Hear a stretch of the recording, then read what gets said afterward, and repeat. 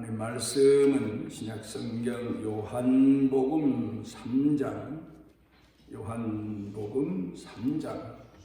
1절부터 11절까지 공독합니다. 그런데 바리새인 중에 니고데모라 하는 사람이 있으니 유대인의 지도자라. 그가 밤에 예수께 와서 이르되 라삐여, 우리가 당신은 하나님께로부터 오신 선생인 줄 아나이다. 하나님이 함께 하시지 아니하시면 당신이 행하시는 이 표적을 아무도 할 수 없음이니이다. 예수께서 대답하여 이르시되 진실로 진실로 네게 이르노니 사람이 거듭나지 아니하면 하나님의 나라를 볼 수 없느니라. 니고데모가 이르되 사람이 늙으면 어떻게 날 수 있사옵나이까? 두 번째 모태에 들어갔다가 날 수 있사옵나이까? 예수께서 대답하시되 진실로 진실로 네게 이르노니 사람이 물과 성령으로 나지 아니하면 하나님의 나라에 들어갈 수 없느니라. 육으로 난 것은 육이요 영으로 난 것은 영이니 내가 네게 거듭나야 하겠다 하는 말을 놀랍게 여기지 말라. 바람이 임의로 불매 네가 그 소리를 들어도 어디서 와서 어디로 가는지 알지 못하나니 성령으로 난 사람도 다 그러하니라. 니고데모가 대답하여 이르되 어찌 그러한 일이 있을 수 있나이까? 예수께서 그에게 대답하여 이르시되 너는 이스라엘의 선생으로서 이러한 것들을 알지 못하느냐? 진실로 진실로 네게 이르노니 우리는 아는 것을 말하고 본 것을 증언하노라. 그러나 너희가 우리의 증언을 받지 아니하는도다.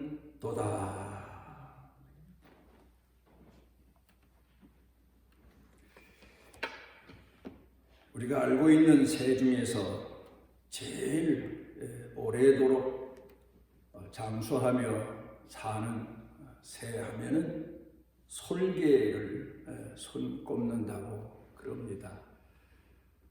이 새는 어찌 보면 사람 수명만큼 사는 새, 70년을 넘게 사는 새라고 하는데 이 새가 알에서 부화해서 살기 시작한 이후 아무 거치는 거 없이 그렇게 70년을 무난하게 사는 게 아니랍니다. 한 40년쯤 솔개가 살다 보면 부리가 너무 길어져서 가슴에 와 닿게 되고 발톱도 너무 길어져서 이 솔개는 보통 먹이를 채서 발로 밟고 그리고 주둥이로 뜯어먹고 하는데 발톱도 너무 길어서 힘도 없거니와 쓸모없는 발톱이 되고 만다는 겁니다. 한 40년 살면 이렇게 된다는 겁니다.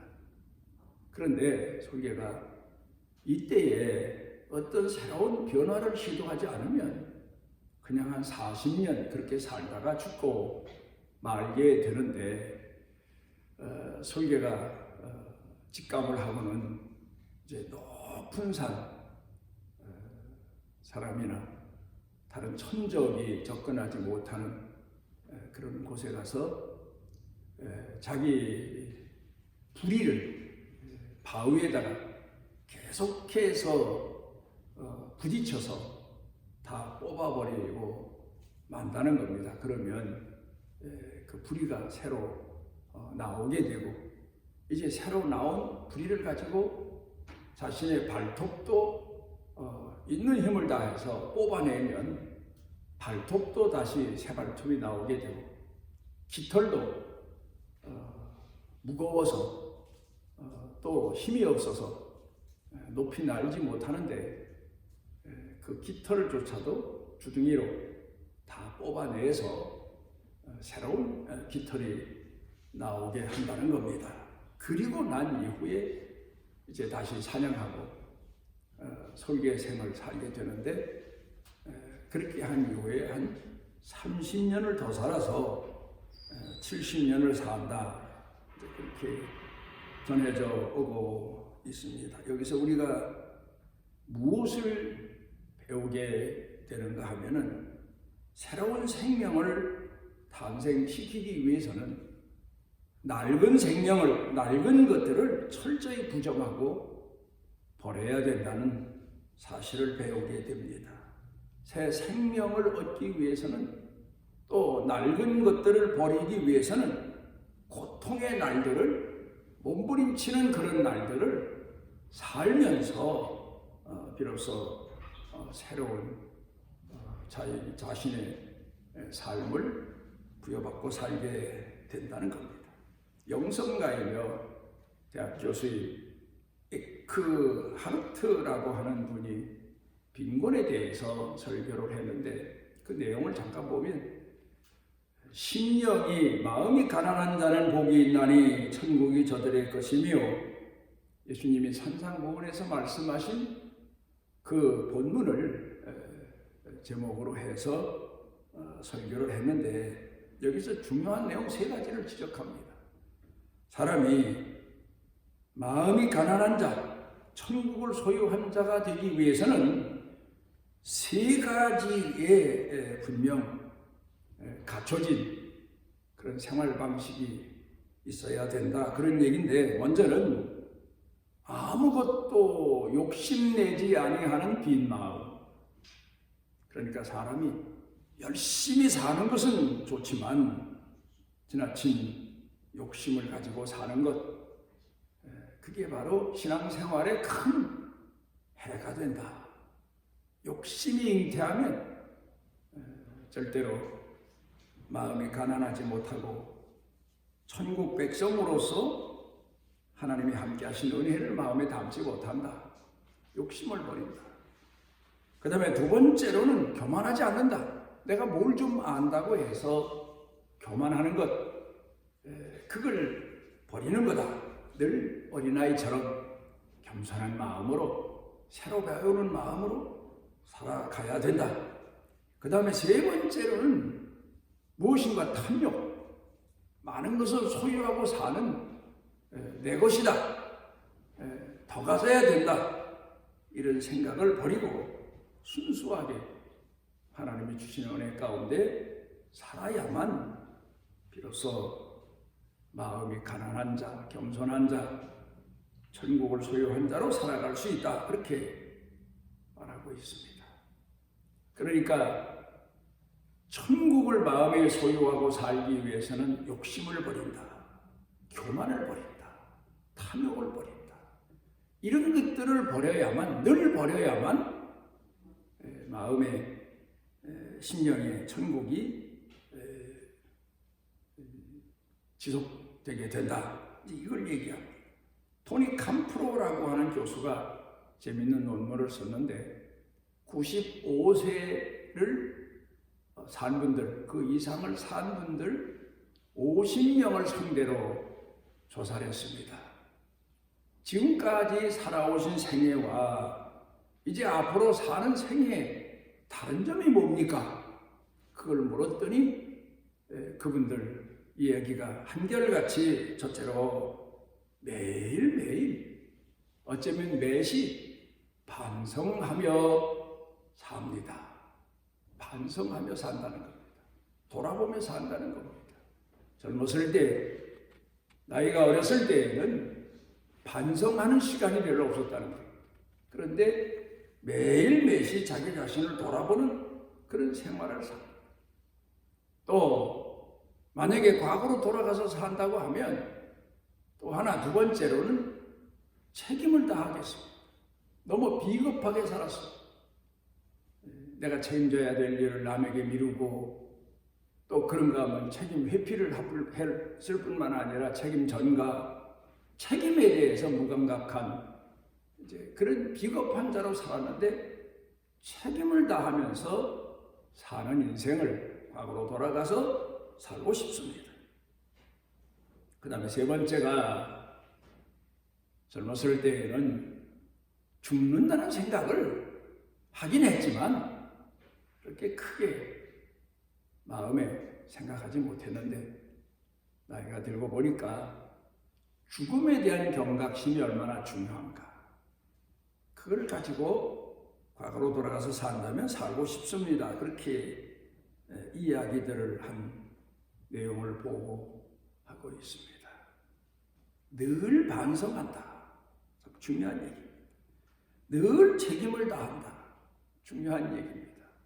그러니까 젊었을 때에는 반성하는 시간이 별로 없었고 또 책임진다는 생각에 온 마음을 기울이지 못했고 죽음에 대한 경각심을 갖지 않아서 내 나름대로 하나님 말씀을 어기고 산 이제 어리석음이 많다.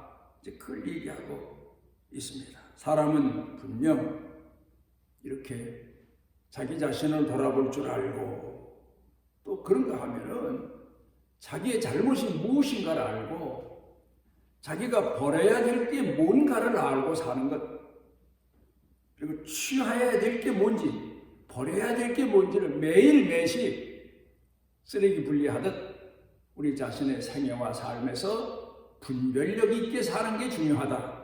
이제 그걸 얘기하고 있습니다. 오늘 성경 본문 말씀 가운데 보면은 유명한 얘기죠. 니고데모라고 하는 유대 지도자가 공회원이죠. 이 사람이 밤에 낮에는 사람들 눈도 있고 해서 사람들이 잘 보지 않는 밤에 은밀한 가운데 예수님을 찾아옵니다. 그리고 와서 묻기를 어떻게 하여야 영생을 얻을 수 있습니까?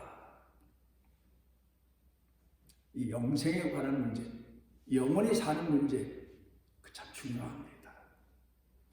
요새 봄입니다. 그러면 나무 시장에 가서 보게 되면 과일나무를 팝니다. 그런데 과일나무를 사면서 옛날엔 그저 과일나무입니다.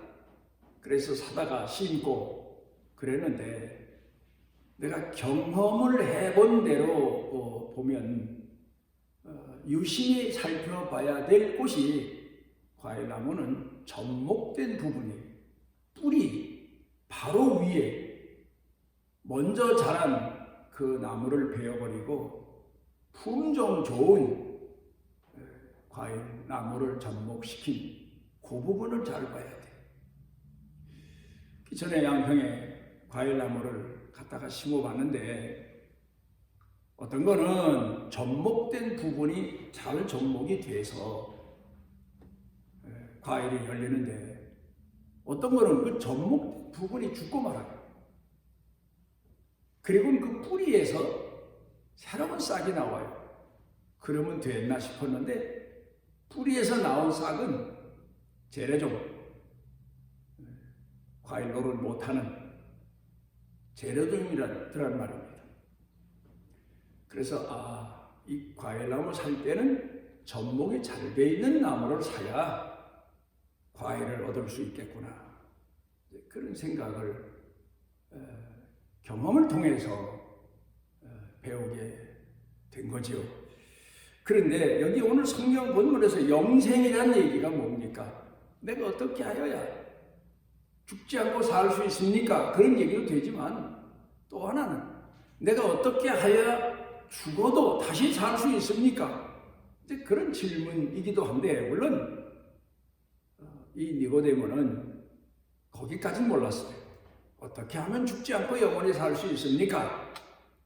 예수님에게 와서 여쭤봤을 뿐인데 우리가 아는 대로 영생에 대한 성경적 지식을 놓고 보게 되면 죽지 않고 영원히 살 수 있는 비결 방법은 마치 과일나무가 접목이 잘 돼서 열매가 맺힙니다. 그러면 그 열매가 그 다음에 다시 심을 수 있는 종자로 맺혀지는 이제 그런 과정을 보면서 우리가 죽었다가 다시 살아나는 부활하는 예수님처럼 그런 영생에 대한 진리를 오늘 성경 본문을 통해서 배우게 됩니다. 그런데 이 유대 지도자여 공회원, 지금으로 말하면 장로, 유대 사회에서의 높은 지위에 있는 지도자격인 사람. 그런데 이 사람은 영생에 대해서 깊은 지식을 갖지 못해서 예수님께서 당신은 유대 지도자인데 어떻게 해서 영생에 대한 지식이 그렇게 유치합니까? 거듭나야 된다고 예수님이 말씀하니까 그래요. 우리 어머니도 늙었는데 내가 어떻게 어머니 뱃속에 다시 들어갔다가 다시 태어날 수 있겠습니까? 마치 무슨 불교의 사상처럼 어렴풋한 참 유치한 그런 얘기를 예수님께 여쭤보고 있습니다.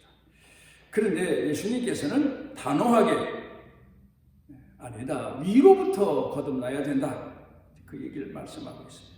이제 여기 오늘 성경 본문에서 예수님이 니고데모에게 답변하신 내용이 헬라 말로 게네테 아노텐이라는 말인데, 게네테 아노텐 그렇게 답변하셨는데, 위로부터, 아노텐은 위로부터, 게네테는 출생, 위로부터 다시 나야 된다, 하나님으로부터 다시 나야 된다, 그 말씀이죠. 하늘로부터 다시 나야 된다.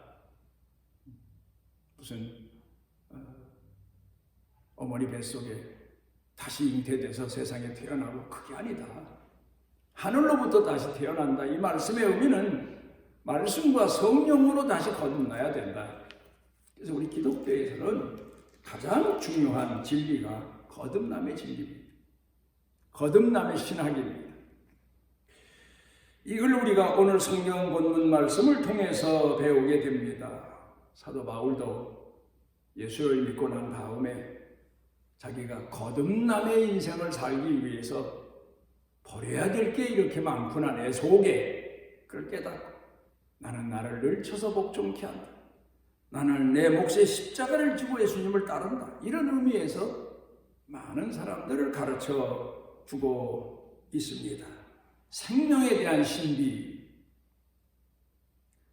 오늘 성경 본문에서 바람이 임의로 불매 어디서 와서 어디로 가는지 알지 못한다. 바람이 부는데 어디서부터 와서 어디로 가는지 모른다. 이 말씀의 의미는 사람의 생명은 의식 이전이다, 그 말씀이에요. 그러니까 이 동양 사람하고 서양 사람하고의 습관을 놓고 보게 되면, 동양 사람은 태어나면서부터 한 살로 치고 서양 사람은 태어나서 1년이 돼야 한 살로 치죠. 근데 그 차이가, 동양 사람은 사람의 생명은 모태에서부터 시작된다. 그러니까 어머니 뱃속에서 10달 있다가 세상에 태어났으니까 한 살이다, 그렇게 계산을 하고, 서양 사람은 어머니 배에 있던 건 계산하지 않고 세상에 태어난 그때부터 계산해서 한 살로 치고, 또 요새 우리는 만으로 서양을 닮아서 나이를 계산하지만, 어떻든 여기서 우리가 배우는 교훈이 있죠. 모태, 어머니 뱃속에 있을 때는 의식 전이에요. 또 그런가 하면 세상에 태어나서 아이들이 말을 배우고, 우리 규희같이 이제 자라는 아이들 보게 되면 5살 이전의 기억은 또 못한다는 거예요. 사람의 의식은, 기억이라는 것은 5살을 넘어서 서서히 시작된다는 거죠. 그러니까 오늘 여기 성경 본문의 말씀에서 예수님이 말씀하신 것은 바람이 임의로 불매 어디서 와서 어디로 가는지 모른다. 거듭남의 생명이든 육신의 생명이든 사람의 생명은 의식 이전 아니겠느냐? 내 머리로, 내 이성으로 내가 판단해서 내가 거듭날 수 있는 게 아니다. 다만 하나님 앞에서 거듭나기 위해서는 버릴 걸 버리고 하나님의 말씀을 사모하고 갈망하면 하나님의 영으로 거듭나 하나님의 자녀가 되고 영생의 약속을 받게 된다. 그걸 가르쳐 말씀하고 있습니다. 성령과 말씀으로 거듭나야 된다. 이 말의 의미를 또 다른 말로 의미하면 요한복음에서만 거듭난다는 말씀을 하시고 있고, 공간복음 마태, 마가, 누가에서는 비사로, 비유로 사람이 어린아이 같아야 천국 간다, 그렇게 말씀하셨습니다. 어린아이 같아야 된다. 어른이 어린아이 같으려면 어떻게 됩니까? 거듭남의 과정이 없으면 절대로 교만한 생각이나 자기 자신의 욕망을 버리지 못하고, 그 말씀이지. 그러니까 예수님이 마태, 마가, 누가복음에서 말씀하신, 비사로 말씀하신 거듭남의 이야기는 거듭난 결과가 거듭나고 나니까, 그렇게 교만한 사도 바울이 그렇게 어린아이처럼 겸손해졌다, 결과를 말씀한 거예요. 오늘 성경 본문에는 시작을 말씀하신 겁니다. 말씀과 성령으로 거듭나야 된다.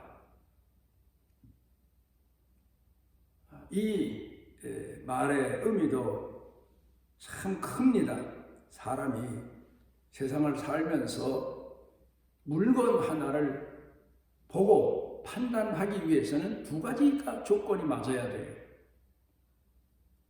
사물을 보기 위해서는 첫째는 눈이 좋아야 되죠. 눈이 나쁘면 아무리 밝은 날이라도 그 형체를 바라볼 수가 없어요. 또 아무리 눈이 좋아도 캄캄한 밤에는 아무것도 못 봐요. 아무리 눈을 멀뚱 떠도 아무것도 안 보여요. 두 가지가 조건이 갖춰져야 밝은 세상에 있는 물건들을, 사물을 사람이 분별할 수가 있습니다. 그런데 바로 거듭남이 그렇다. 바로 그런 말씀. 하나님 말씀과 성령으로 거듭나야 비로소 하나님이 보인다.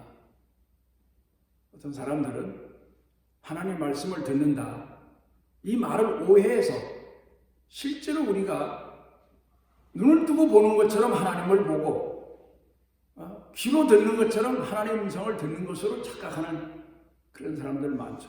내적으로 거듭난 사람, 하나님을 믿는다는 말이 뭡니까? 하나님이 보여진다는 거예요. 하나님 말씀이 들려진다는 거예요. 늘 내 마음 가운데 하나님의 권고하시는 하나님의 음성이 들려온다는 거예요. 거듭남의 증거예요. 우리 믿는 사람들은 바로 이런 거듭남의 은총 속에 오늘을 살아가고 있습니다.